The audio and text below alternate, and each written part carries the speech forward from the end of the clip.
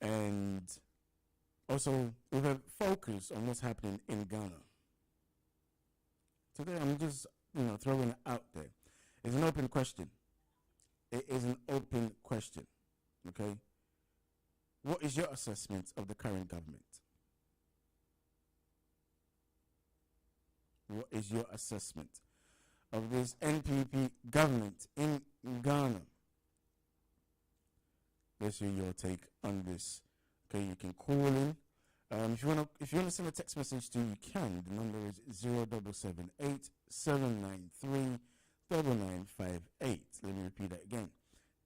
0778 793 9958. 0778 793 9958 is the number you need to call in.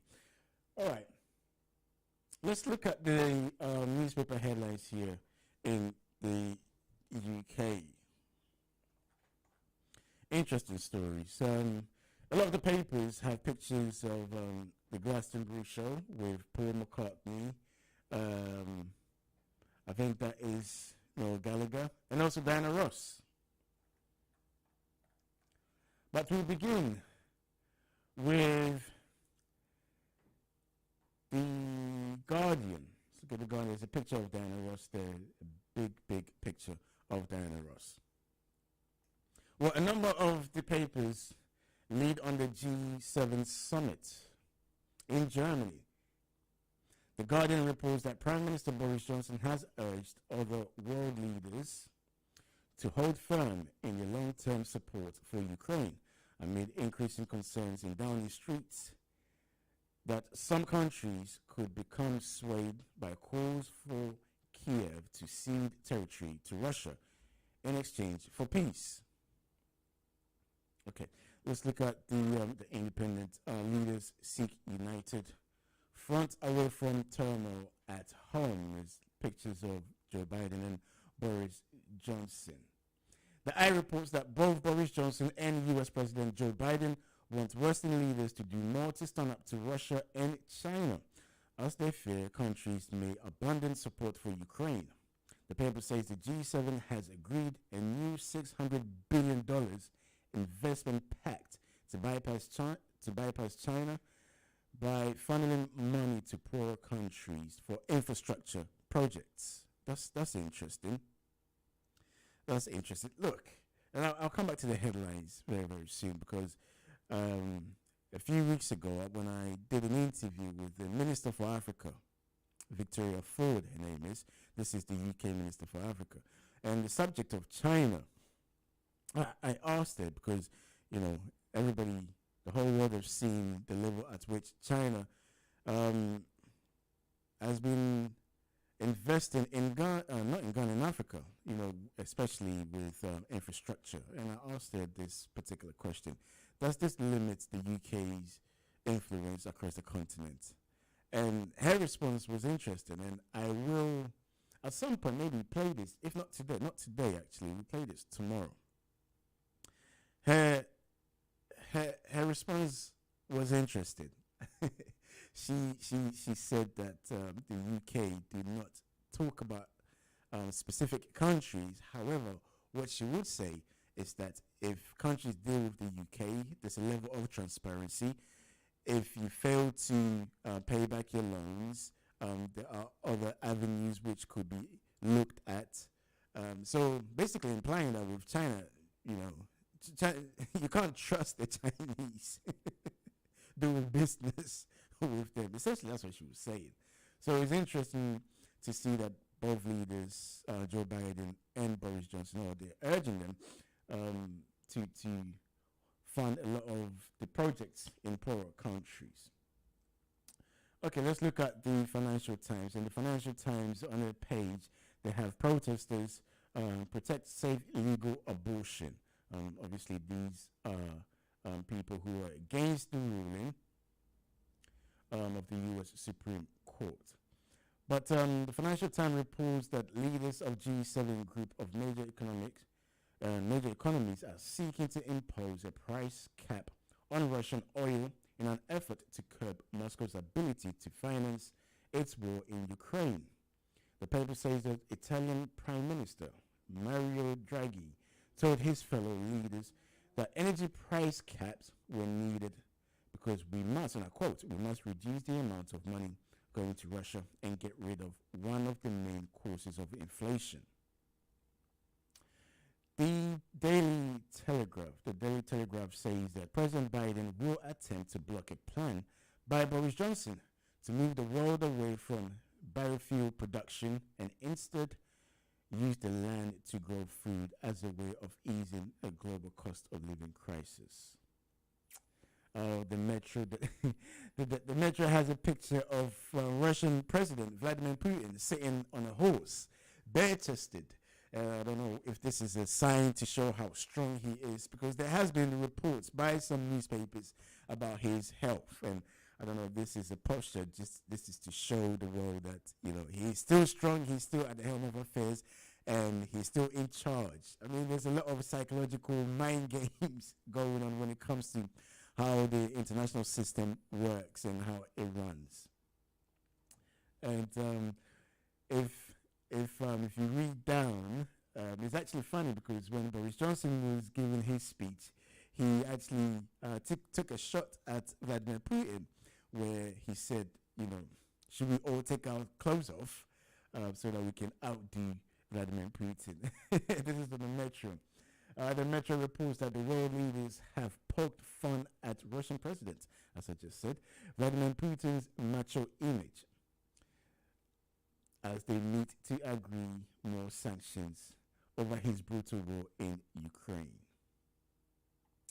The Daily Mail has a big picture of Diana Ross, Supreme Diana, at 78 dazzles at Glastonbury. The Daily Mail investigation says the UK has become the global capital of fraud, with losses rocketing to almost £3 billion a year. The paper says the losses per person in the UK are far higher than in other leading Western economies. Criminals are allegedly exploiting the cost of living squeeze to find new ways they can con elderly and vulnerable. The Sun newspaper, there's a picture of Prince Charles. Charles cash in bag probe. So apparently a sheikh in Qatar gave gifts to Prince Charles. As it turns out, it was money, 3 million euros. The Sun reports that the 3 million euros in cash stuffed into bags and handed to Prince Charles by Qatari sheikh is to be investigated by the charity's watchdog. The Daily Express. The Daily Express reports that rocketing numbers of homeowners are cashing in on the soaring value of their properties to boost their spending power.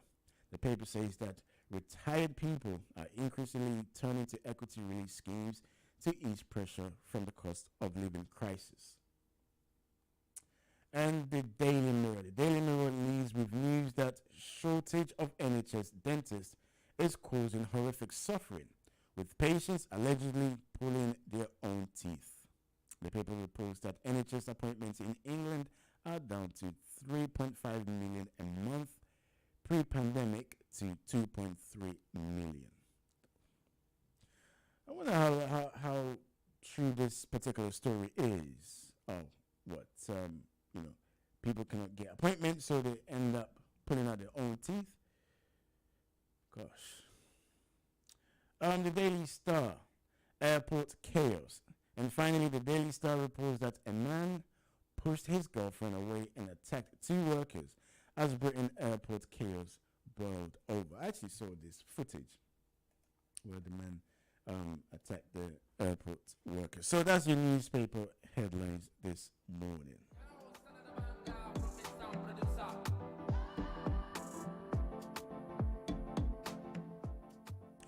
Don't go nowhere. When we come back from the break, we're going to delve into our discussions. I want to hear your take, your thoughts. I want to hear your experiences, with some of these issues that we're going to discuss. First and foremost, we're going to look at the Supreme Court ruling, the U.S. Supreme Court ruling. How has this changed your mind, your perception in any shape or form? I remember one of my lecturers at my time at uni, whenever we were about to begin a discussion, the first thing he would say is, he would pose a question. So let's say, for instance, right, this is about gender equality or inequality, and he will ask you, obviously prior to having the lectures, you've read the articles that have been made available to you, and then he will ask you, has this changed your view in any shape or form, before delving into the main point of discussion. So I'm asking the same question today, all right? Has the Supreme Court's ruling changed your thoughts on abortion? That's one. And secondly, in light of the Supreme Court's ruling, should abortion be illegal? I know in some countries, like the UK, it is not legal. So, Boris Johnson actually spoke about this when he was in Rwanda, I believe, and he said, of course, it's another jurisdiction. However, he thinks it's a setback. That was his take. What is your take? Should abortion be illegal? Where do you stand on this? Where do you stand on this? Are you pro-abortion or pro-life? Sorry, are you anti-abortion or pro-abortion, I should say? All right. So we're taking a quick break. When we come back, we hear your take and also read out some of the text messages that have come through already. Just to remind you, we are streaming live on Facebook. So if you don't have access to listening to us on TuneIn, then of course you sign in on Facebook. Just sign in on GN Radio or YouTube. All right, GN Radio UK. All right, we're going to take a quick break and we'll come back. We shall continue with our discussions here. Don't go nowhere. This is GN Radio UK with myself, Jones Awuah. We'll be back right after these short commercials. When you thought you seen it all, but no, this is the height of it. London, wake up as the maestro, Mr. Music Man, the legendary Kojo Entry with Keche and the Davison Band UK. Live concert in the UK. This is happening live on the 30th of July, 2022. Time 7 p.m. to 2 a.m. Hosted by The Force. DJ on deck, DJ TQ. Location, Gaumont Palace, Dominion Center, the Broadway High Road, Woodgreen, N226DS. Performing live, we'll be having a surprise guest. Anticipate, come and witness history in the making. Tickets available online at www.kojoentry.eventbrite.co.uk. Remember, this is sponsored by Unity Link Money Transfer. Media partners. For more info, contact 077-288-76027 or 075-2552-48643. Kojo Entry with Keche and the Davison Band UK, live in concert. UK is powered by Davison Band and Desire Enterprise UK. So my guy, you have to day there, eh? It's a legendary thing, my lad, me tell ya. Yeah. It's the anthem. The world as we know it has changed, and so have the issues affecting our community. COVID-19 and the geopolitical tensions have really made it abundantly clear that the African continent has to do more to be self-sufficient from an industrial capacity point of view. Join me, Jones Awuah, on GN Breakfast Show as we look at issues affecting us here in the UK, with a close eye on trending stories across the world. When we invest from the UK into infrastructure in African countries, that it is absolutely transparent. With a focus on Ghana's social and political issues. I mean, it's not about you thinking about, your money, the Sikadiya Basa. It's not what our authorities should be thinking about, or officials, but rather they should think about the nation. The Breakfast Show with Jones Awuah. Monday to Wednesday from 8 a.m. on GN Radio.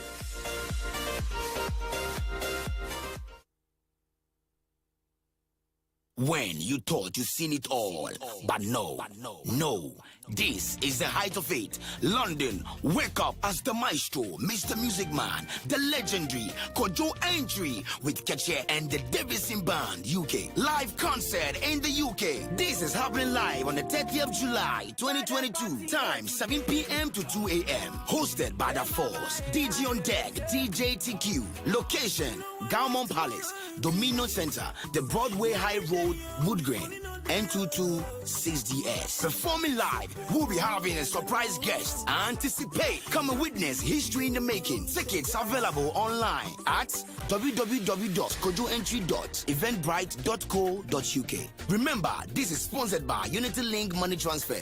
Media partners. For more info, contact 077 288 76027 or 075 25 52 48 643.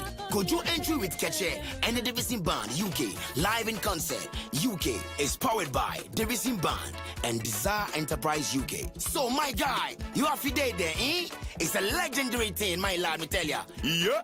It's the anthem.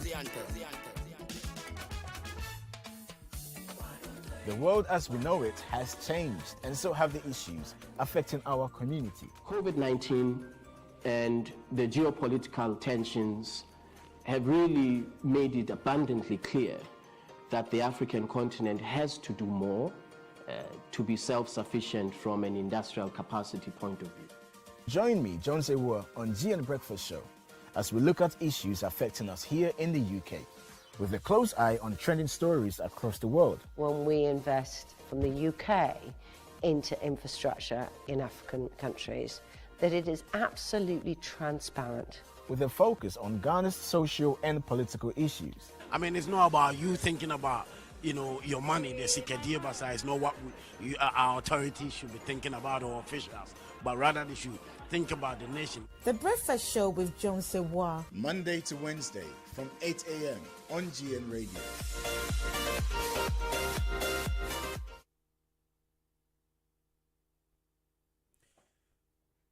Welcome back to the show. This is the Morning Breakfast Show with me, Jones Awuah. Yes, from Mondays to Wednesdays, all right?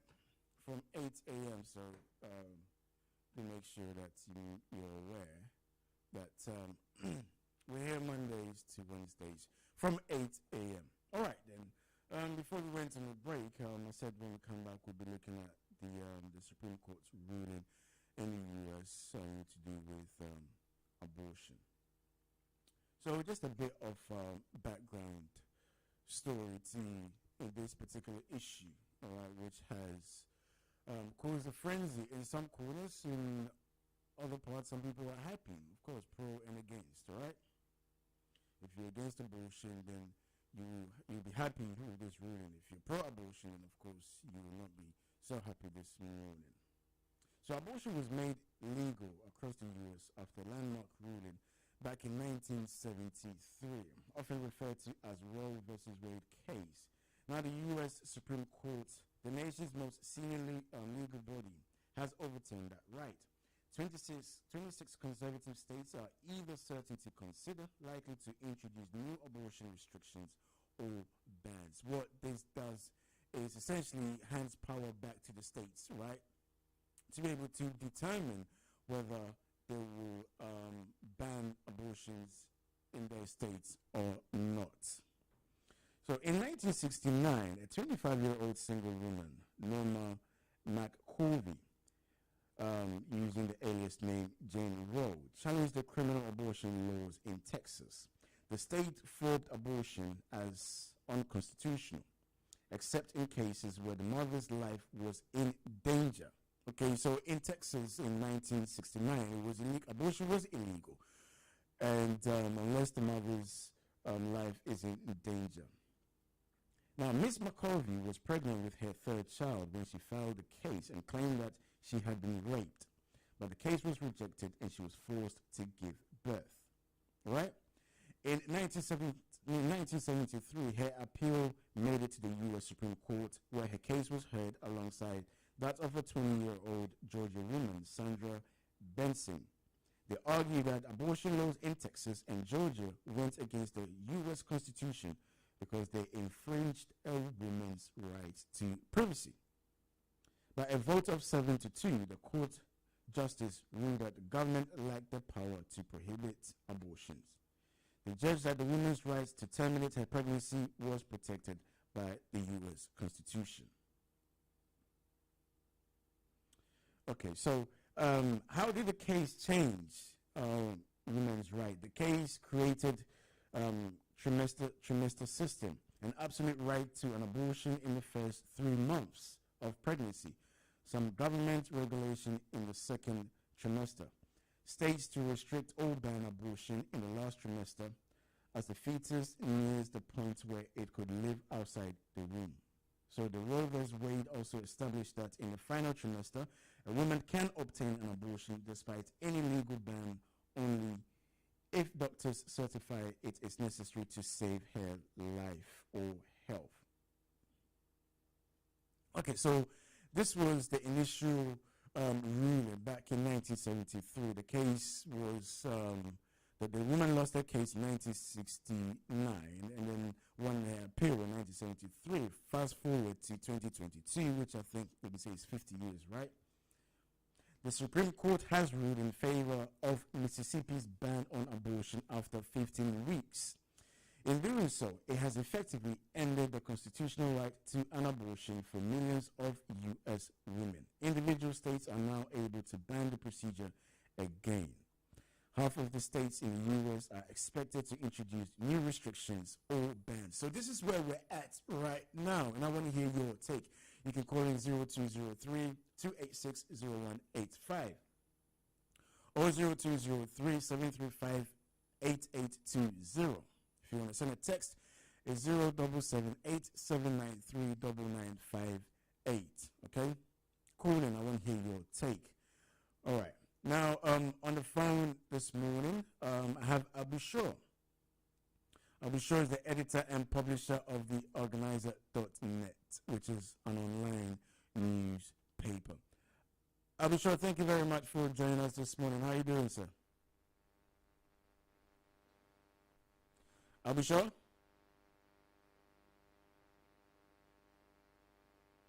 Okay, we'll try and get Abu Shor back on. For some reason, we cannot get him, so we'll try and get him back on.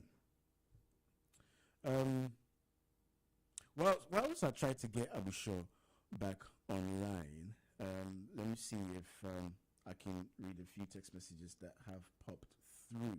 But I also want to give you my take, all right? Because I think it's only right that I give you my take. It's just, at first I didn't want to, not that I didn't want to share my opinion, but these cases are very delicate, and of course one needs to be aware that you need to be mindful of talking about something that you have never experienced before, so that needs to be in the background as well. I think Abu Shor is back on. Hello, yeah. It's not too clear. Your voice is not too clear. My voice is not too clear, Abu Shor. Okay, I think it's getting clearer now. Okay, if it's not too clear, don't worry. We'll get you on another line. Not a problem, because I want you to hear me, and I want our listeners to also hear. Yeah, it's not clear, really. It's right, a bit boring. Yeah. Right. No worries. So we'll get you on a better line, Abu Okay. Okay. I'm sure saying that he can't really hear me. That's anyway. You heard the conversation. So we'll try and get Abu Shor on a better line. Yeah. So back to what I was saying.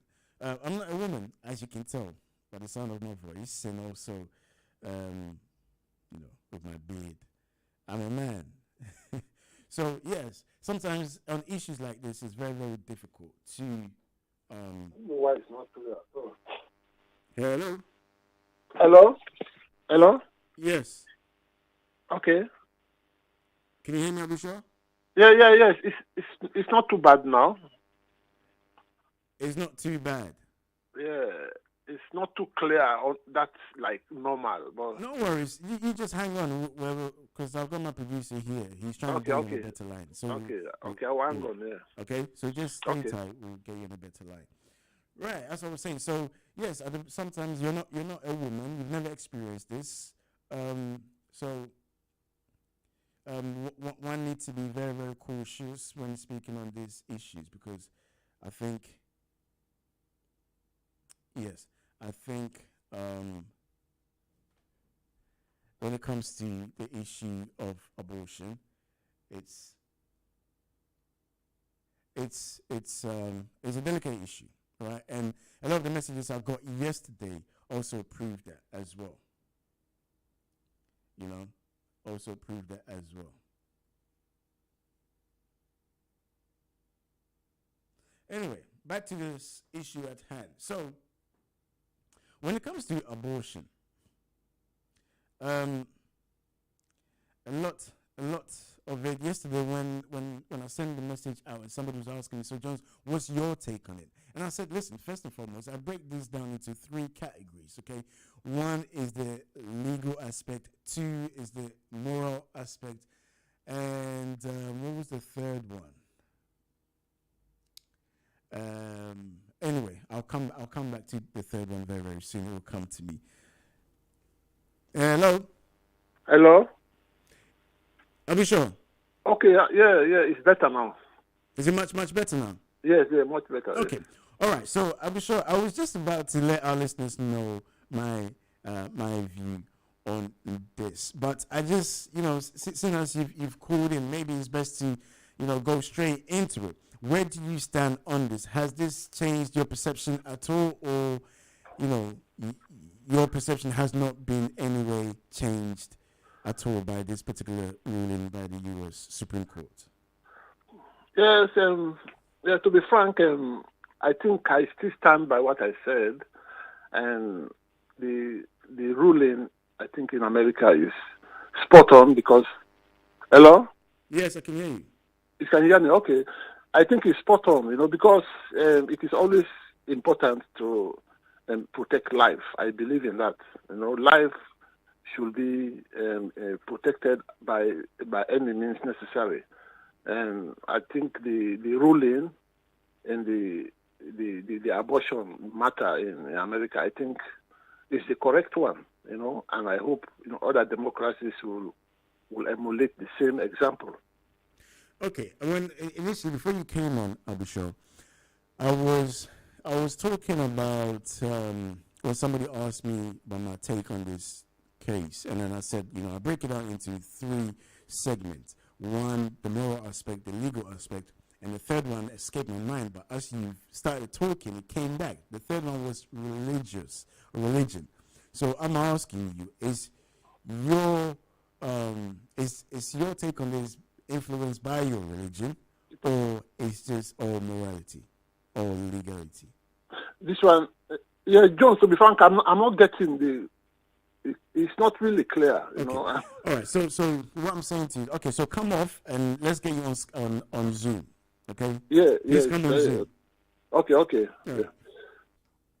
So that's Abusho. We're gonna try and get him on Zoom. For some reason, he couldn't hear me, and I think it's right to listen to what Abusho has to say. So yes, as I was saying before Abusho comes back on, when I was asked the question, I broke it down into 3 parts. The first part was, for me, the legal aspect, moral ethics, and third, religion. And I think these are, the main 3 characteristics that will inform an individual's decision on this particular issue. At the best of times, a lot of issues that we face as a society. And to be honest with you, I said to the individual, listen, if I'm going by my religious belief, then yes, I will say I'm against it. However, I'm also a libertarian.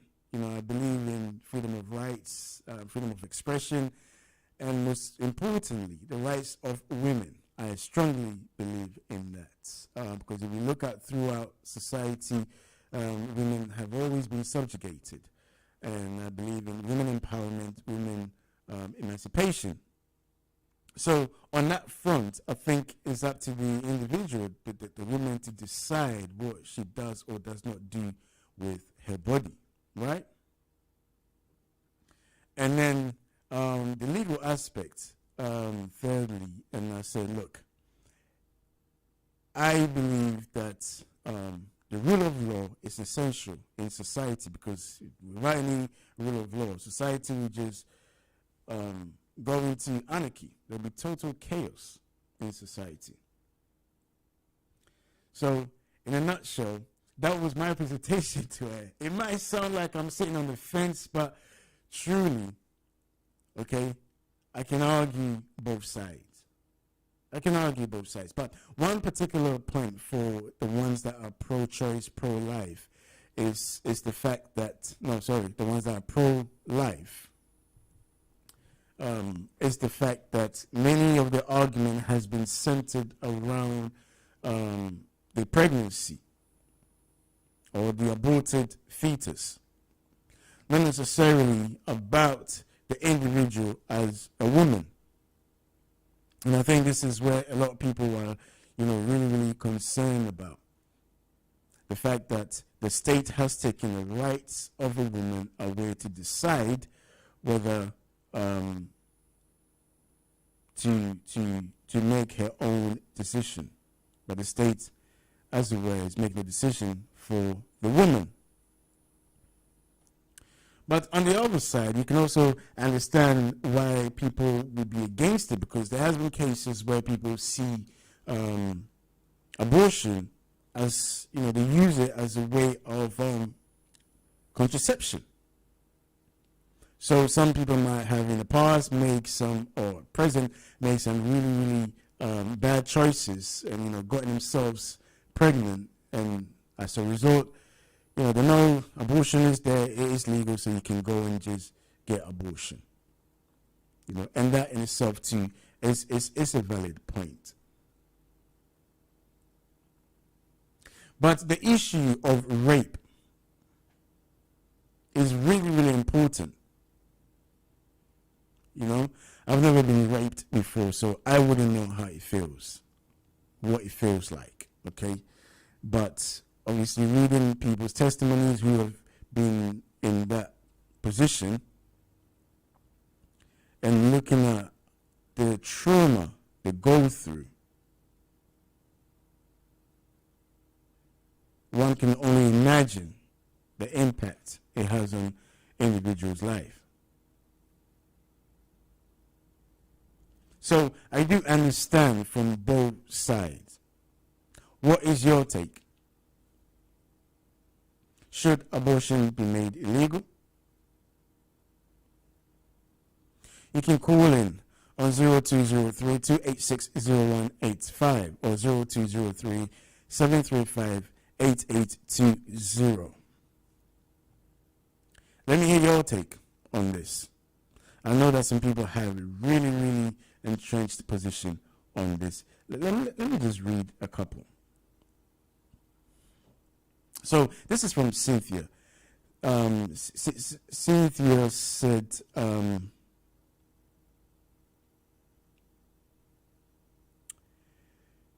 is it? Let me get it. Okay. Okay, it's Cynthia. Cynthia is saying, mistakes happen and pregnancies happen unintentionally. And I think it's selfish to bring a baby into the world when you don't love them, can't look after them, or if a child will have life-limiting disabilities, etc. So that's from Cynthia. But I think we've managed to get Abusho on. So let me speak. Let's get Abusho on. Abusho, I know you can hear me now, and we can also see you. Can you hear me, Abusho?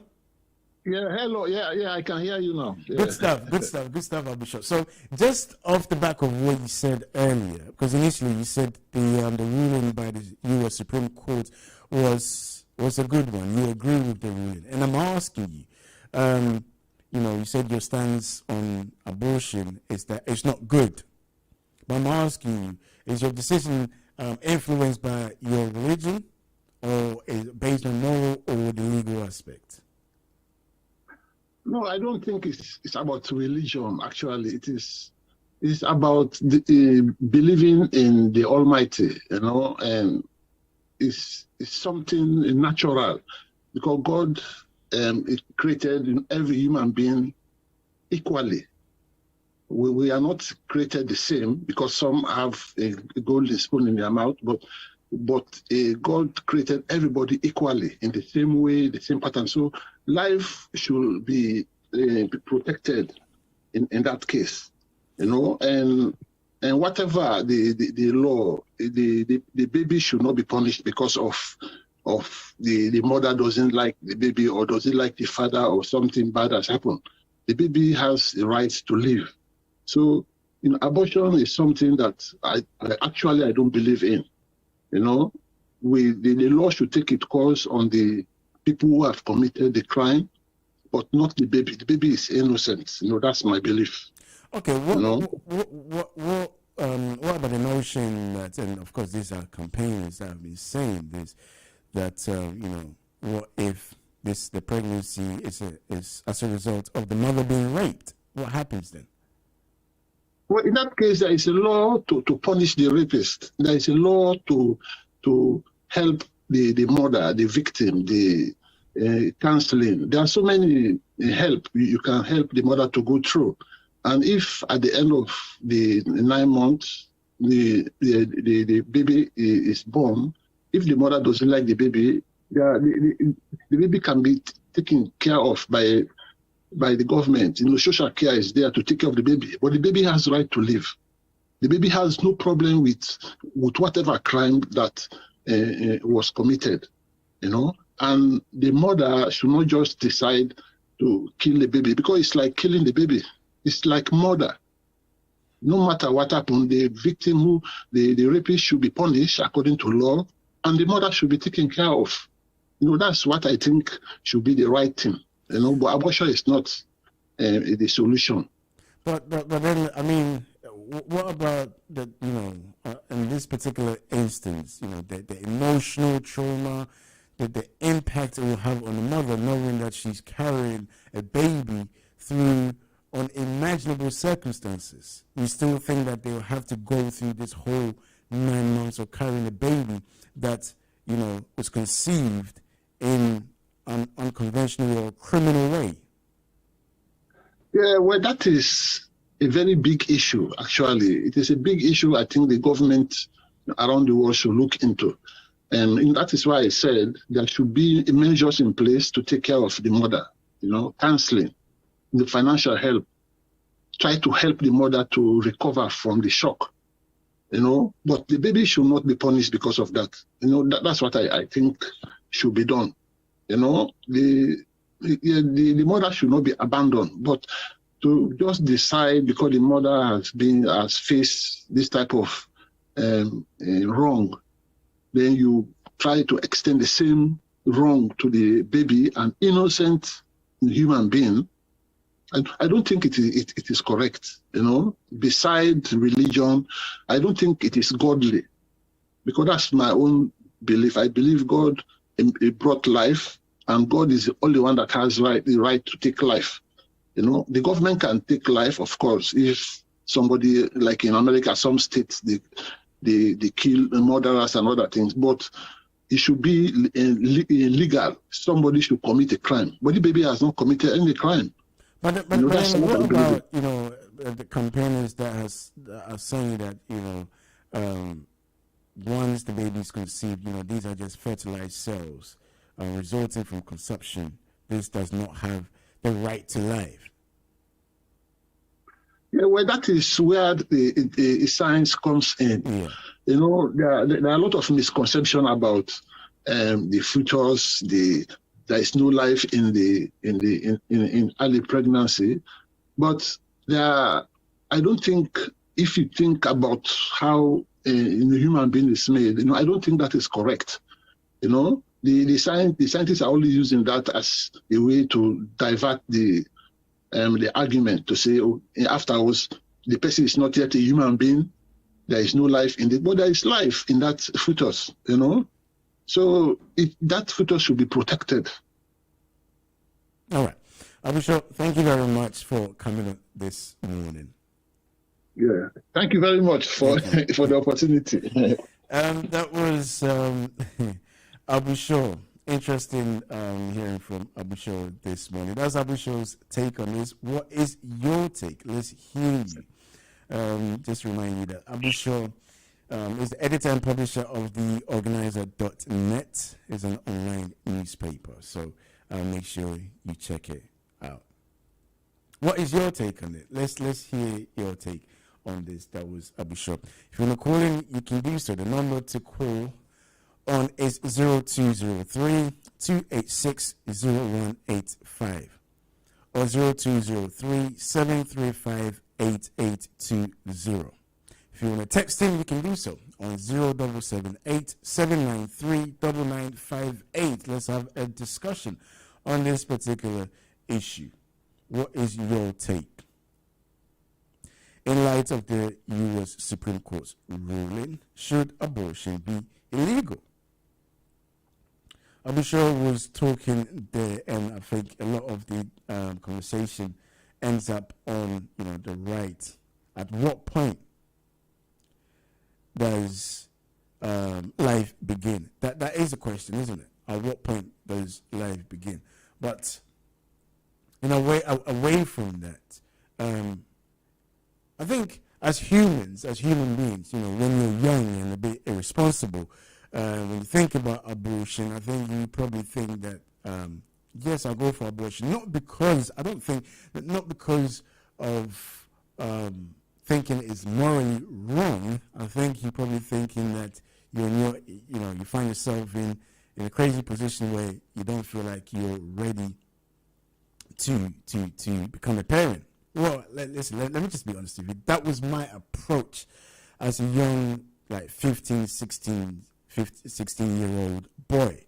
I didn't believe in abortion, but if push came to shove, I probably might have been thinking like that. But of course, then as I grew older and I was more socially aware and, not just basing my arguments on my own self-interest, I realized that there's more to this debate than, one person just trying to pretend or, just getting rid of a baby and thinking that that's it. There's more to the debate, the women that have to go through this.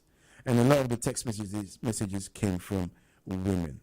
And the messages that came from women, a lot of them were against this particular rule, saying that the rights of women ought to be respected. The rights of an individual, the woman, what they do to her body or their body, it's up to them, not up to the state. Not up to the state. The state controls everything. The moment the state tells you what you can and cannot do to your body, then people will start kicking up against it. What do you think? Let's hear your take on this particular issue. All right, let's read a few messages and then we'll take a quick break and then we'll continue with our discussions. We'll look at matters elsewhere. All right, so this is from Ivy. Ivy is saying it should be illegal and punishable by law. Every child deserves to live because they are blessings from God. And yes, some of these messages you tend to see there's a pattern of the religious aspect, the religious belief influencing individuals' decision on this subject. We're taking a quick break. Before we do so, let's take the next caller. But people listening on the radio, we're going to go on a break. We'll continue the discussion on Facebook. Hello, what's your name? Where are you calling from? Hello, good morning. Good morning, sir. Mr. Kofi Ali. This is Kofi Ali. How are you, sir? I'm very well, thank you. Yes. What would you like to say this morning, sir? Is that? What would you like to say this morning? Of course, the subject on the table of interest to me. I'm sure on the private front, you and I had some discussions, which I'm bringing onto the table so you are aware where I'm going. Yes. The question itself is a bit big in the sense that the question or the concerns that were taken to the American federal courts is, should abortion be the responsibility of the federal government or not? Yeah. What related to abortion? Must it be a federal issue or not? And looking at the nature of the United States of America, what the federal law did was, like you and Abu Shah and probably me, and so many other people, they have different views on this issue of abortion. Some states in America are very, very pro-abortion. Some states are totally anti-abortion. So even if our own small caucus here, we have divisions on it, why do you want, or why should the federal, that is what the judges were looking at. Because if they said abortion is legal, it means the states that don't want abortion will be forced to have it, which is against their federal principles. And if they say it is what is illegal, it means the states that want to allow their citizens to have it will also be forced against their will. We have similar case to this when a case was taken to the EU Court of Justice about LGBT as a fundamental right. Then the European Union Court looked at the case and they came out to say no, because if they accept it at the central level, the EU level, it means all the 27 nations will be bounded to go the way the court at the center of their want.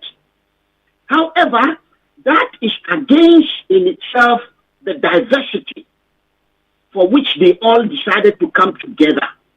This is not an issue that they want to box themselves with. At the center, there are other important issues. And exactly that is what was done at the U.S. Supreme Court. So the states in America, in the United States of America, where the states think they want to have abortion, can you see? Yeah. Remember, every state have their own courts. The federal also have its own courts.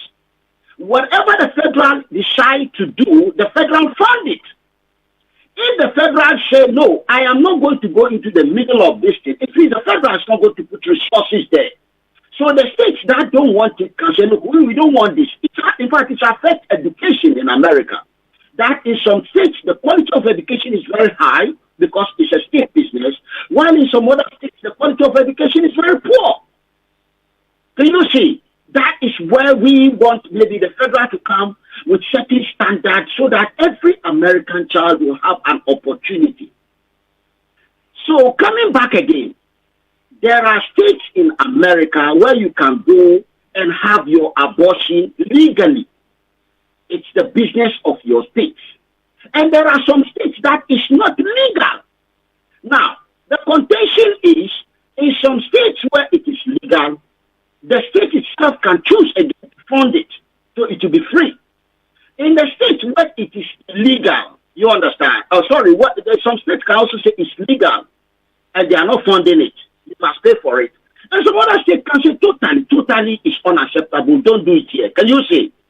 That does not stop Americans from moving to other states to go and get the abortion done to them. The contention some people are having here is that when you are moving to a state, another state, it's going to cost you money. It's going to inconvenience you. It's going to put you in a situation, then the family stress and so forth, which you have done right within your state. But your state is saying no to it. Can you see? Yeah. So when you look at it in that context, that is the American way, and I think it's within their rights to decide how to go about that. If you now transpose that interpretation of judgment into the United Kingdom, where they run what we call a unitary state, or into Ghana or I think we've lost Kovi. Kovi, I don't know what's happened. We can't hear you, Kofi. We can't hear you. Maybe you might want to call back, Kofi, because we cannot hear you. Try and call back, Kofi, if you can. Try and call back because we can't hear you. I do want to hear what you've got to say. I know that we had a little bit of a discussion on this yesterday. So do call in. Do call back, Kofi. Let's hear you. I don't know what happened there. The line dropped, so we'll try and get you back on. All right. So, anyway, you can also call 0203-286-0185. Or if you want to send a text message, it's 0778-793-9958. We're live on Facebook and YouTube as well.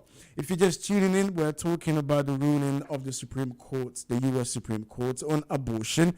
Where do you stand on it? Has this at all changed your perception?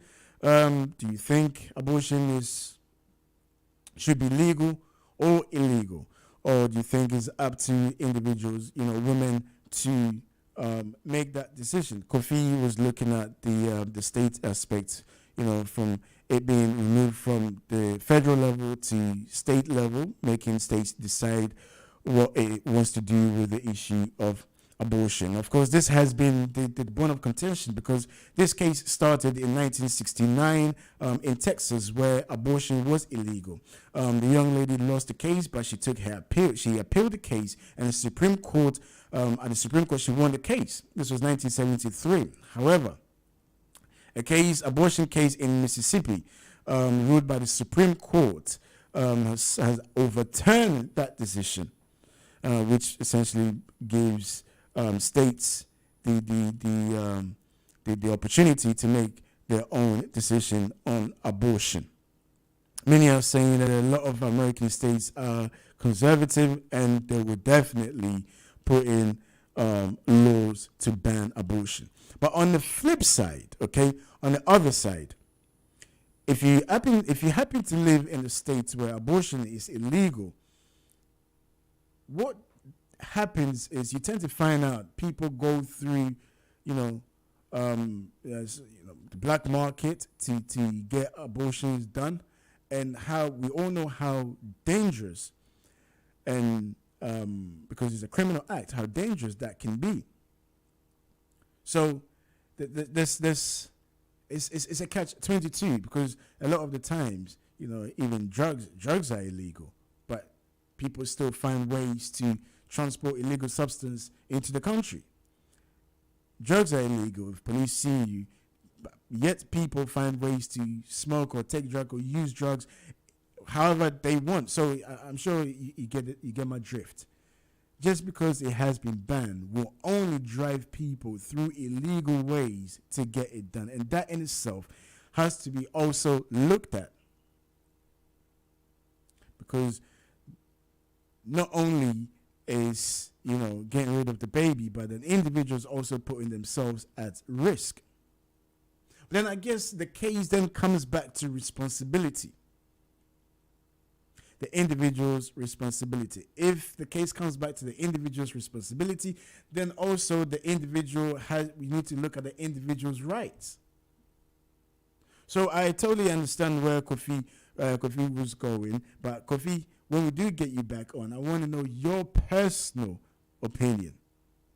If this has swayed your personal opinion at all, or it hasn't. I want to know. Call in 0203-286-0185 is the number you need to call, or 0778-793-9958. And soon we'll turn our attentions to look at other issues as well, trending across the continent. And in Ghana, for instance, I've left this question wide open. What's your assessment of the current NPP government? What is your assessment so far?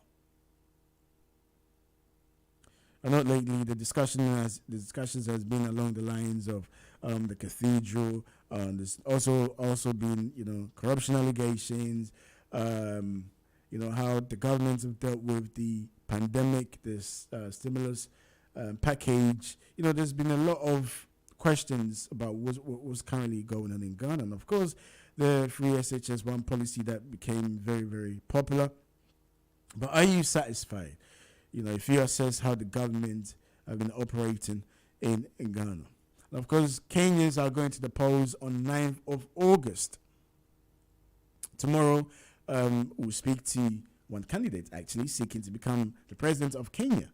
She's in the diaspora. We'll speak to her tomorrow. So do stay tuned for that conversation. It should be interesting. All right, let's take a few of your messages coming in.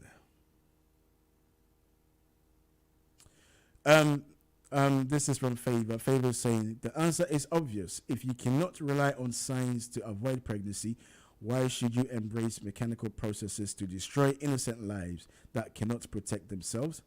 Abortion is a crime before humanity and God the Creator. Hello. Hello. Govi. I was talking and then I don't know how the thing cut off. We lost you, but please continue. I don't even know where I was cut off. In that case, Kofi, what I wanted to ask, you've explained how the federal system works in America, okay? And, of course, essentially, the federal has thrown the ball back to the state to decide whether they want abortion laws in place or not. But I'm asking you personally, your personal opinion, based on what you know. My personal opinion, remember, I'm not an American, and I don't live in America. So my opinion on how the issue of abortion is handled in America is what you're asking for, or my opinion on what issues regarding abortion in the United Kingdom is going. Well, the thing is, whatever happens in America will have a knock-on effect everywhere. America is seen as, to quote, American exceptionalism, the land of freedom, land of hope you can make in America. So the leader of democracy. So whatever happens in America has an impact on the world. Yes,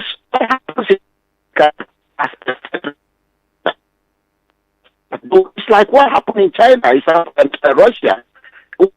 It's having an effect on us, isn't it? Yes.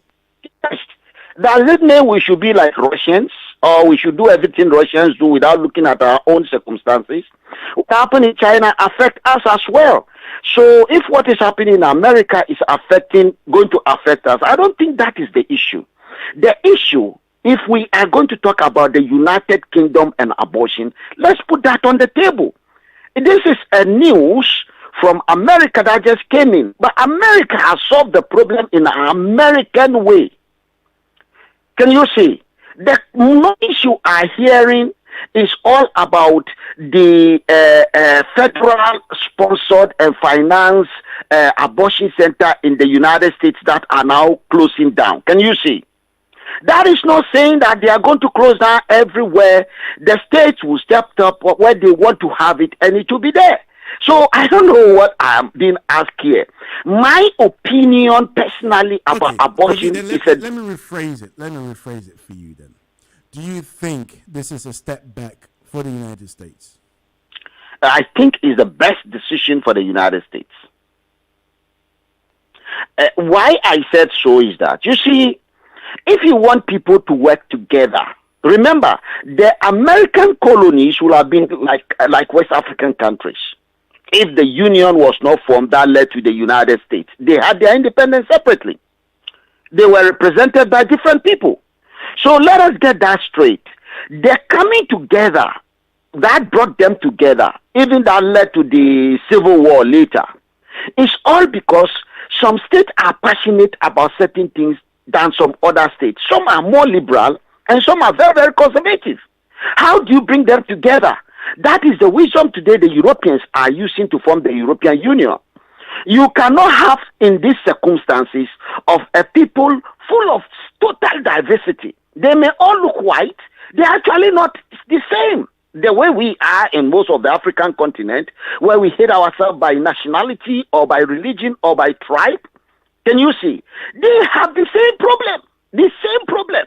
So what they are then doing is looking at what they can let go, so that you don't force everyone to do things because that is the way you want it. There are federal laws, quite all right.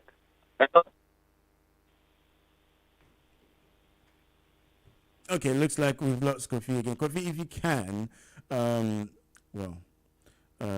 think try and call the mobile line, okay, on 0778 793 9958. It's a bit annoying, the fact that as soon as Kofi gets into his flow of thoughts, then all of a sudden the line cuts off. My apologies, Kofi, if you can hear me. Okay. Okay. Do you have a caller?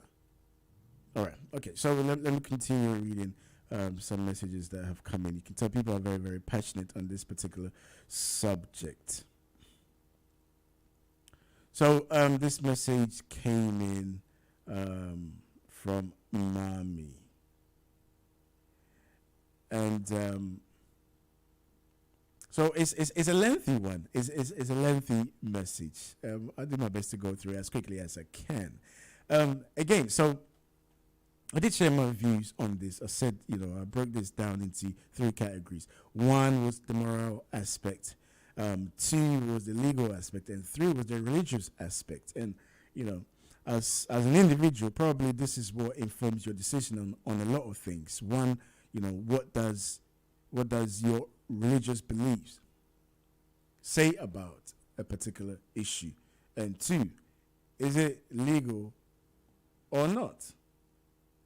And then 3, as a human being, as a society, is it right? Is it wrong? And I think this individual also went down the same route. So she said, I agree against it. God doesn't differentiate between the type of murder. A sin is a sin.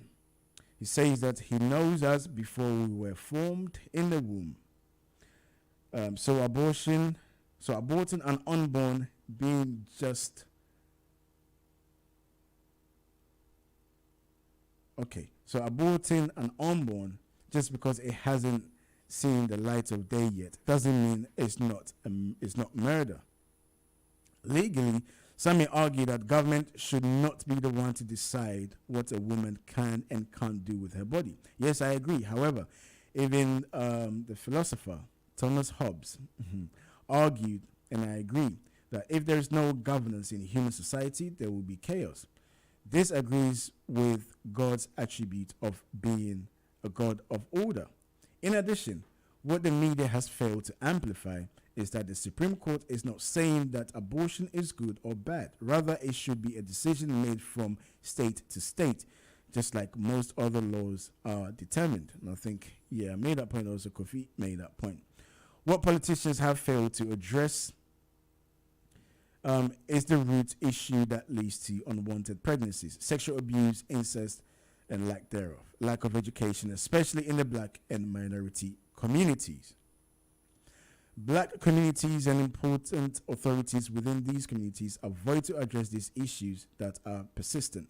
We don't talk about the uncle who sexually assaults the little girl, the cousin who is in his puberty and wants to practice his sexual fantasies with his other cousins or the girl next door, etc.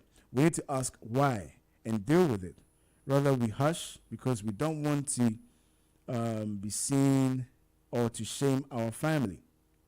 And that leads to unwanted pregnancies and using abortion as a quick fix. And thirdly, and finally, her point, she says, morally, as a woman and as a social worker, been working in mental health and dealing with so many individuals with deep traumatic experiences, I can empathize with what many, especially those who get pregnant due to rape, have to go through emotionally and mentally.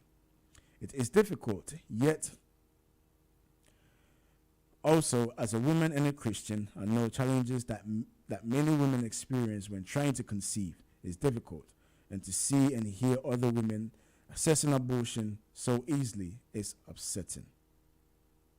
Besides, who are we to know what plans God has for everyone He allows to see the light of day? Question mark. Okay, so that was a lengthy one. Keep your thoughts and comments coming in. That's interesting, and it's a woman. Okay, that sent in that message. So you tend to find out that when you speak to women, I think out of the messages that I received, she's probably the only one who is against abortion. But obviously she gave her reasons. And the women that supports abortion, it's not the fact that they support abortion. I think their issue, or should I say, their argument hinges on the rights of the individual, the rights of a woman. As a woman, I should be able to have a choice on what I want to do with my life. Let's hear your take on this. 0203-286-0185. This is GN Radio UK Morning Breakfast Show with myself, Jones Awuah. It is now 9:21, Monday morning, 27th of June. Goodness me, we're nearly in July. Time does fly, doesn't it? Keep it locked here. Don't go anywhere. We're taking a quick break. When we come back, we continue with our discussion. So we'll be back shortly. When you thought you seen it all, but no, this is the height of it. London, wake up as the maestro, Mr. Music Man, the legendary Kojo Entry with Keche and the Davison Band UK. Live concert in the UK. This is happening live on the 30th of July, 2022. Time 7 p.m. to 2 a.m. Hosted by The Force. DJ on deck, DJ TQ. Location, Gaumont Palace, Dominion Center, the Broadway High Road, Wood Green, N226DS. Performing live, we'll be having a surprise guest. Anticipate, come and witness history in the making. Tickets available online at www.kojoentry.eventbrite.co.uk. Remember, this is sponsored by Unity Link Money Transfer Media Partners. For more info, contact 077-288-76027 or 075-2552-48643. Kojo Entry with Keche and the Davison Band UK. Live in concert. UK is powered by Davison Band and Desire Enterprise UK. So my guy, you have to date there, eh? It's a legendary thing, my lad, me tell ya. Yeah. It's the anthem.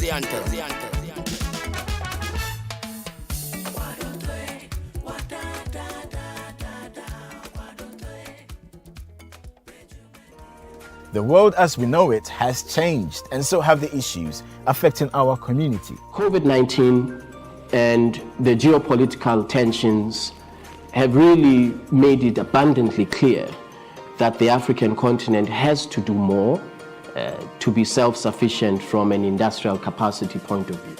Join me, Jones Awuah, on GN Breakfast Show as we look at issues affecting us here in the UK, with a close eye on trending stories across the world. When we invest from the UK into infrastructure in African countries, that it is absolutely transparent. With a focus on Ghana's social and political issues. I mean, it's not about you thinking about, your money, the Sikedia Basa, is not what our authorities should be thinking about, or officials, but rather they should think about the nation. The Breakfast Show with Jones Awuah. Monday to Wednesday from 8 a.m. on GN Radio.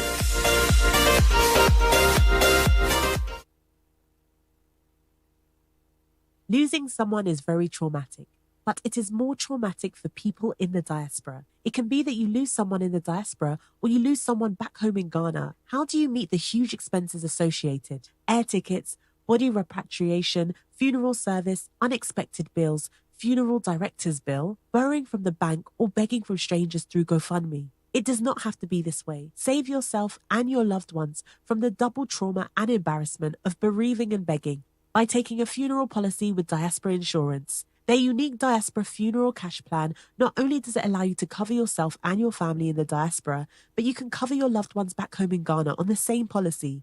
Diaspora Insurance pays cash immediately, up to £20,000 upon claim, to cover all funeral expenses. Please call now, +44 77 0383 8304, or visit their website, www.diasporainsurance.com, to get a quote. Give yourself and your loved ones the guaranteed peace of mind they deserve. Diaspora Insurance is authorized and regulated by Financial Conduct Authority.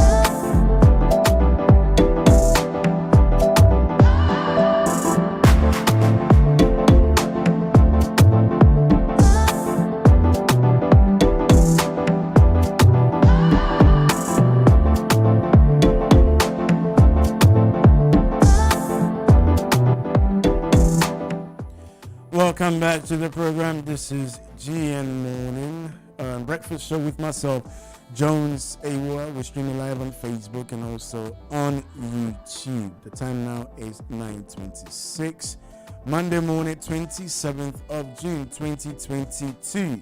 If you just tune in, we're talking about the U.S. Supreme Court's ruling on abortion.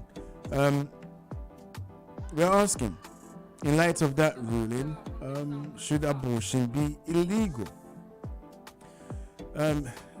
As you know, I spoke to Kofi Ali called in and essentially talking about what this means as, you know, for the system practiced in the US, which is a federal system, federal government. So essentially the Supreme Court has thrown the ball back to the states to be able to make decisions on abortion. Now, of course, it's going to impact a lot of people in that state. So if you happen to live in a particular state, for instance, Texas, which this whole case stemmed from, then you know, if abortion is legal, no matter what happens, no matter what circumstances. And I think the caveat there is unless you know, it puts the mother's life at risk, then you will have to go through the pregnancy and give birth.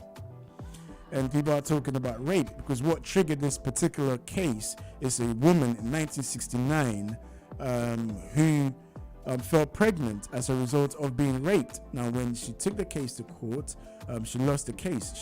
She appealed it, and the Supreme Court upheld the case. So 50 years down the line, fast forward to 2022, a case in Mississippi was also taken to court to do with abortion, and the Supreme Court ruled that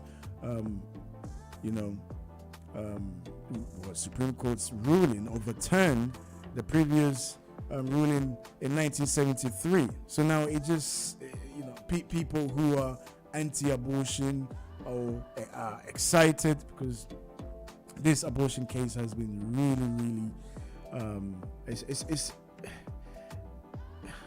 it's a topic that really divides people, you know. And you know, people will talk about the ethics, people will talk about rights, people will talk about the science. But at the end of the day, this is what, you know, helps society to evolve. We have to be able to, you know, talk about these issues. It might go for you or it might not go your way.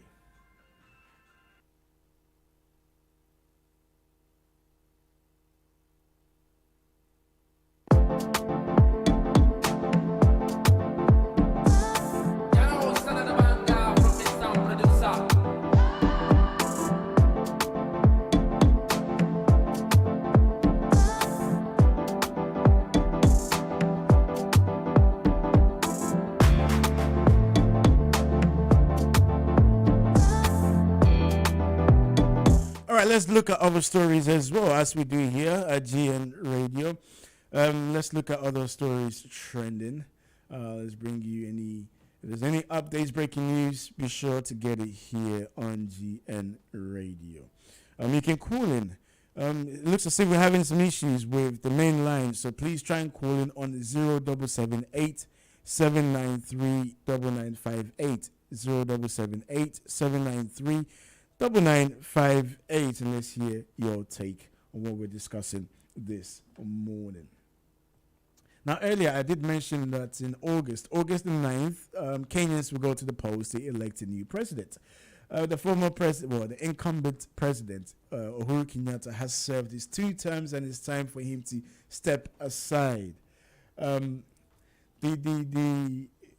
What's his name? Kenyatta's main opponent, Raila Odinga. This is his 5th time attempting to become president of Kenya. He'll be going up against Ruto, who happens to be the vice president. Okay, but for some reason or the other, the current president is not supporting his vice. He's rather supporting the opposition leader.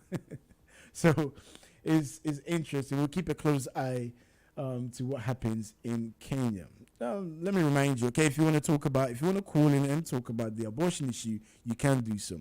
And then also we're asking, what is your assessment of the current government in Ghana? What is your assessment? This is the second term. How do you see the way things are going in Ghana? They're going in the right direction, or you think otherwise? So you can also call in or send a message, and I will read them out. So a fleet of shiny SUVs. This is one of the campaign trails in Kenya. The most important part of this particular story, as you may not be aware, of the 2007 post-election violence that ensued in Kenya. And, a lot of us pray and hope that this will be a free, fair election with the avoidance of violence after the elections. So I can see here where people are demonstrating, saying that Mothers of Victims and Survivors Network march for peace. March for peaceful elections. Say no to election violence. And that is really, really important because, if you look at the economic hardship right now going on, it's a global hardship taking place right now. And in particular, countries across the continent of Africa are really, really suffering. So when election comes up, you tend to find out that people who may think that some states or regions or districts might have gone against them. You get violence, all right? And Kenya is no different, and Kenya does have a history. However, when I've read or spoken to people, Kenyans, you tend to get a feeling that, they're moving away from violence. Is at the end of the day, it's elections, right? They're moving away from it. And especially young people, when you listen to what's happening on social media, they're really, really engaged in what's happening in the affairs of Kenyan politics right now. And the one of the opposition, or one of the candidates, Ruto, standing, people were waiting for his manifesto, and you can tell that people are saying, okay, he's themed his manifesto as bottom up, saying that essentially what he's trying to imply is that the people from the top have always dominated and are always the ones, reaping all the benefits, essentially. So his whole aim is to work or provide for people from the bottom. But people are saying, okay, we get it, but where are the details? We want to know exactly what this means. And these are young people, and it's not a case where they're being very biased in their approach. No, they genuinely want to know. Ruto is younger compared to Raila Odinga, and some people might think he will appeal to the younger generation, but young people want to know, what has he got? Then, of course, Raila Odinga on the other side, people have also commended him for the fact that he's gone 5 times, and I think the last election he actually did not participate in the elections. There's been questions about the electoral body, but this particular elections, I think both candidates have come out to say that they have full trust in the electoral body, and so one can only hope and pray that it doesn't turn into something else after August 9th. Okay. Other news is South Africa. So South Africa's Zondo Commission. Damen report exposes rampant corruption. So after the Damen findings of inquiry laid bare the looting of billions of dollars from South Africa's state coffers under President Jacob Zuma. And as a result, President Cyril Ramaphosa has vowed that it should never be allowed to happen again. But South Africans are not sure that lessons will be learned. They are angry that the stolen money should have been spent on supporting the country's health services and education system. The mammoth inquiry into corruption during the presidency of Jacob Zuma revealed how almost every arm of state was suffocated and left bankrupt by the leaders of the African National Congress, ANC, which has governed the country since the end of white minority rule in 1994. The report is a massive indictment on the party. President Ramaphosa himself was in the firing line with the judge-led panel, stating that he should have done more to prevent the graft while he was Zuma's deputy. Over 5,000 pages, the Zondo Commission, named after its chairperson, Chief Justice Raymond Zondo, goes into forensic detail about the way state resources were plundered. It also shows how wealthy businessmen, the Gupta brothers, tried to influence political and economic decisions in process known as state capture.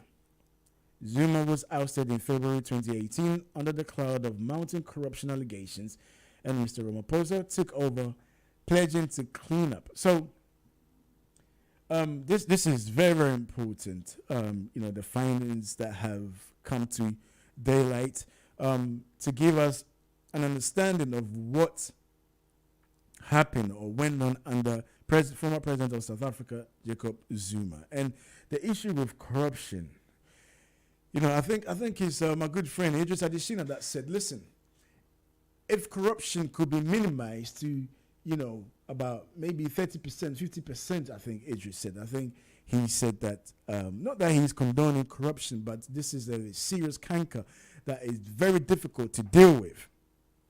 And he just said that if it could be minimized across the continent, a lot of the countries will be in a better place. And a few years ago, I think this was during the COVID pandemic, and I had a discussion with a few of my colleagues, some of them within government in their respective countries, and some of them also very close to some government officials. And we were talking about leadership, and the issue of corruption came up. And myself, for instance, I hate to compare and contrast to, Western system, even though we claim to practice the same democratic systems. And the UK, for instance, because this is where we're based, and, being a leadership is universal. That there isn't, just because you're from one part of the world, you have different sets of leadership. Leadership is universal when it comes to the business of government, running state affairs. And we looked at the UK, for instance, and there seems to be a common trend. I think with the exception of probably the former UK president, John Major.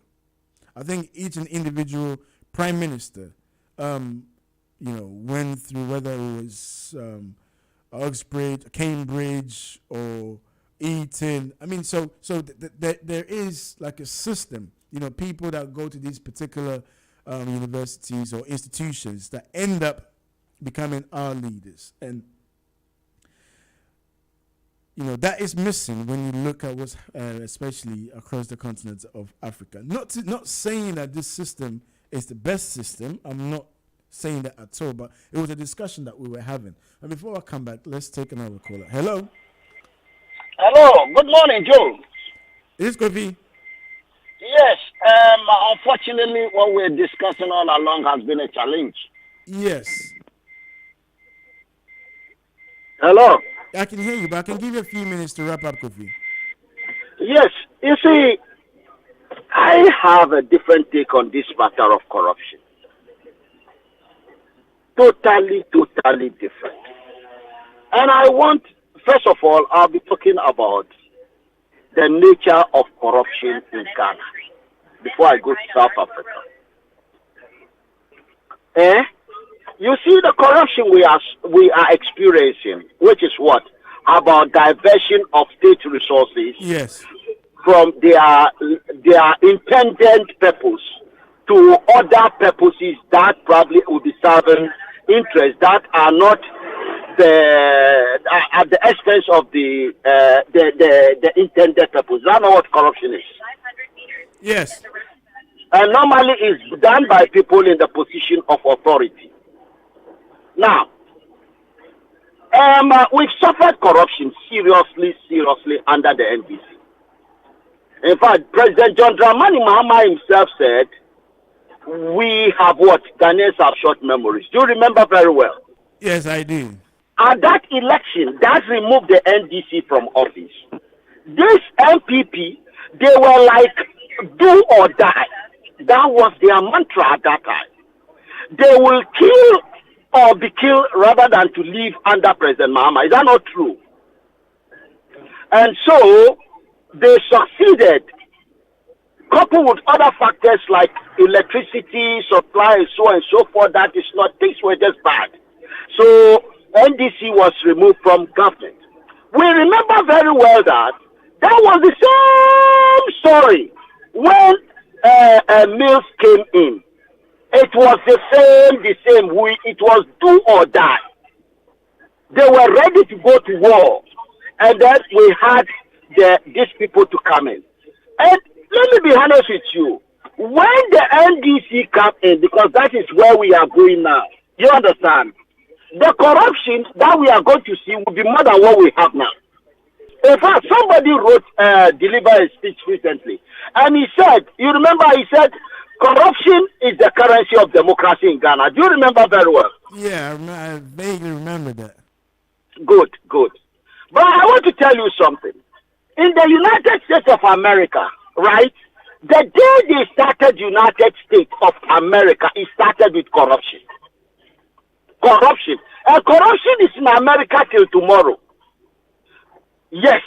If you talk to Americans and you hear what corruption is doing in America, to what the level of corruption, you will understand that, right? Corruption is not the reason why we are poor. No. Corruption is not the reason why those on the African continent are poor. What is it then, good. I'll give you a good example. Do you want, assuming there's nothing you can do about corruption?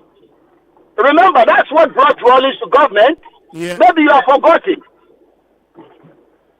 So if we can do something about corruption, we kill them, isn't it? Yeah. The ones we have now, what the corruption at that time is a baby to the one they have now. Absolutely. And I think it's the anniversary today, because I think it was Dr. Indim that posted it. The people that were deemed as corrupt sent to the firing squad. Actually, 27th. President Kufuor himself said corruption was as old as Adam. Do you remember very well? Yes. So, if we cannot do anything about corruption, then what do we do? Let us ask ourselves some two questions. Do you want to have a thief that steal your government money and use it to buy consumables?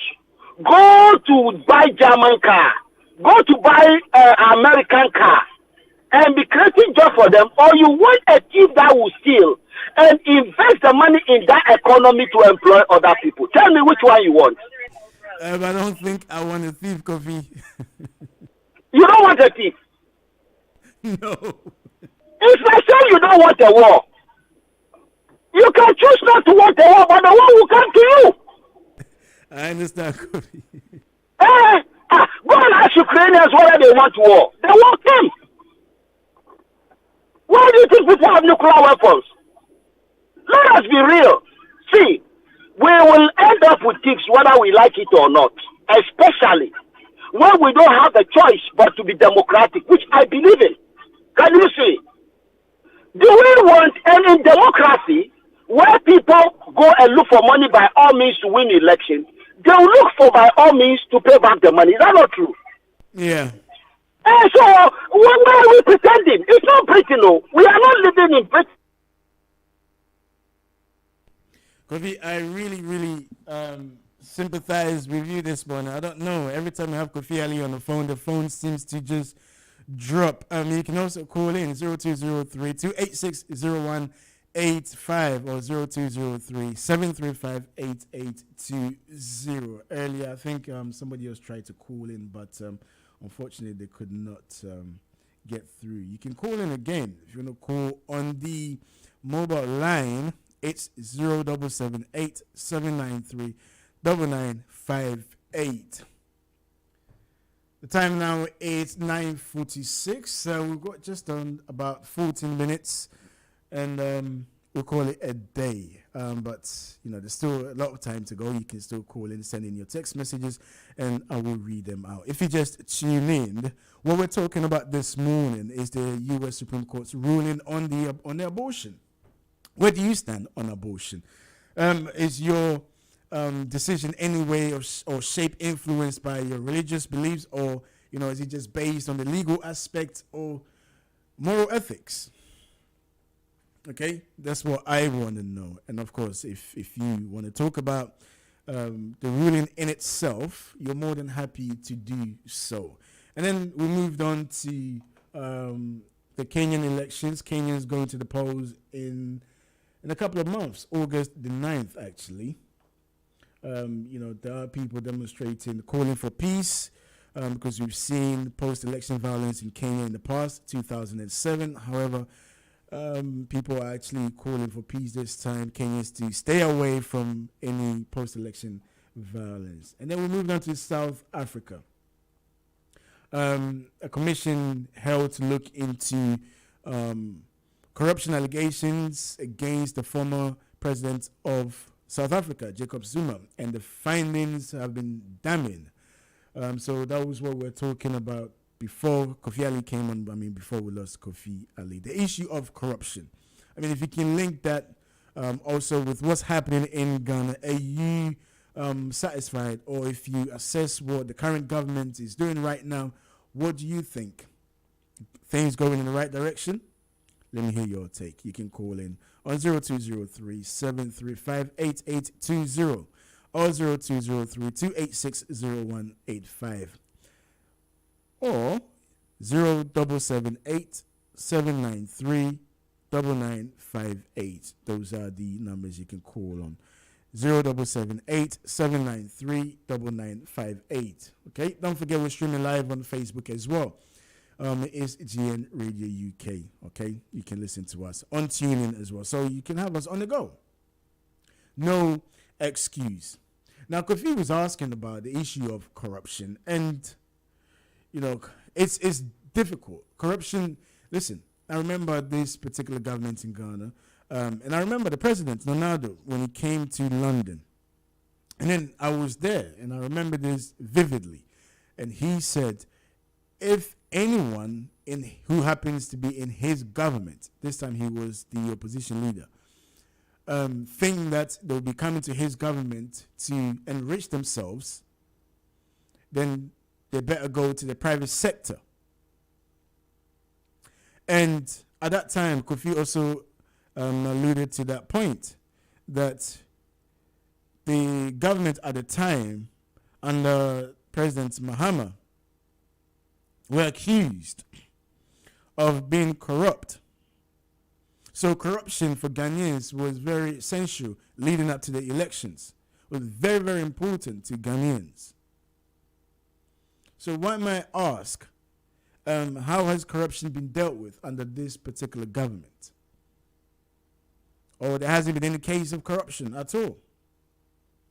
Can corruption be dealt with? And corruption is not only peculiar to Africa. I must stress that because it's very, very important. It is the former Prime Minister David Cameron, who at one gathering he said that Nigeria is fantastically corrupt, and that was, I just quoted him. Nigeria is fantastically corrupt, which a lot of us, felt it was very disrespectful, even though he was having a private conversation, but his mic was on, and the mic captured what he was saying. And it is the same David Cameron that was trying to lobby Rishi Sunak, the Exchequer, I think, to try and get him some contract. Now that was corruption. Okay, that was corruption. In the midst of the whole COVID pandemic, where contracts were awarded to governments, friends, and families, to a point where a company that was only set up within 6 weeks were awarded contracts for PPEs that were ordered that came in that were not up to standards. Huge sums of money were spent. And even Boris Johnson, as when during his time as mayor of London, was allegedly giving money to somebody that apparently was his girlfriend, allegedly. I think the woman got something around the region of £100,000, if I'm not mistaken. So corruption is not only peculiar to Africa. However, when it comes to Africa, it seems to be really, really exacerbated, I must say. So what is your take? Can corruption actually be dealt with? Does anyone have the capabilities, the means to end corruption in Africa, in respective countries? Call in, text, let me know your take. 0203-286-0185 is the number you need to call in. To text is 0778-793-9958 is the number you need to text. 0203-735-8820. So another number for you to call. So you have no excuse. Let's take a few messages on the subjects we've been treating this morning. Also to remind you that GN, you can listen to us, okay, on TuneIn, also on Facebook. We're everywhere. Take you with us. All right, we're back in action. Okay, so this is to do with the abortion case, okay, the abortion story that we spoke of earlier, and this is from Francis. Francis is saying, no, abortion should be illegal. Francis goes on to say, I find it hard to fathom that a country like America, in which the rest of the world looks up to, can be so archaic in their laws and for want of a better word, backwards. How can you not grant permission to someone to abort a fetus that has been conceived through incest or rape? What about the rights of the women who have the burden of carrying a child that has been conceived through such heinous act? Now, someone said this, which makes absolute sense. We should ban Viagra, because if abortion is against God's will, so is your limp penis. Okay, I'm sure you get the gist there. And so that was from Francis on the subject of abortion. Keep your thoughts and comments coming in. On the issue of corruption, Prince is saying, Jones, corruption can never be rooted out of Africa. Look at how people get into politics. Look at how people become MPs. They are sponsored, and as soon as they gain political office, they have to pay their sponsors back. And of course, to enrich themselves. Okay, that's from Prince. From George. George is commenting on the abortion. Why should men decide for women? They should rather tell the men not to have sex because they could impregnate women. What a load of cobblers. And again, yes. And I think this probably George's text is towards the Supreme Court judges. I think it was there were more men. I think there was only one woman actually in deciding this particular case. So there you go. There you go. Okay, more texts coming in. It's interesting this morning. Let's see.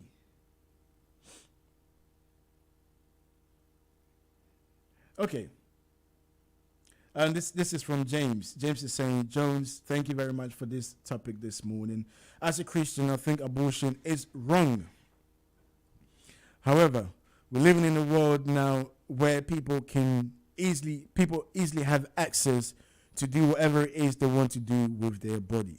So even if abortion is illegal, be rest assured that people will find means to get it done.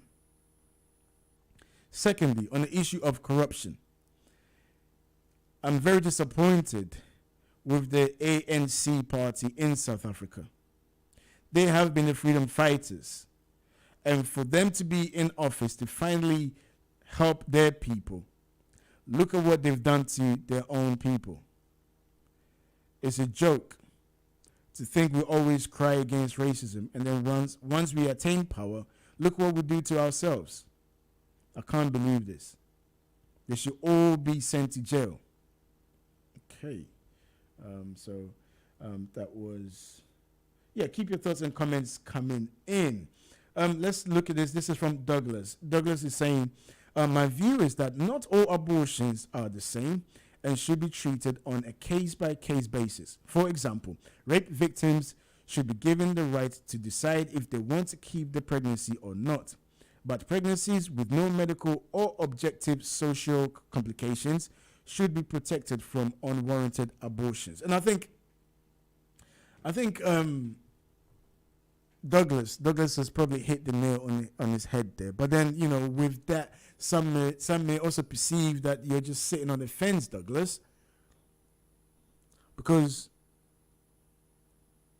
it's not a matter of, circumstances where you should or shouldn't abort the baby.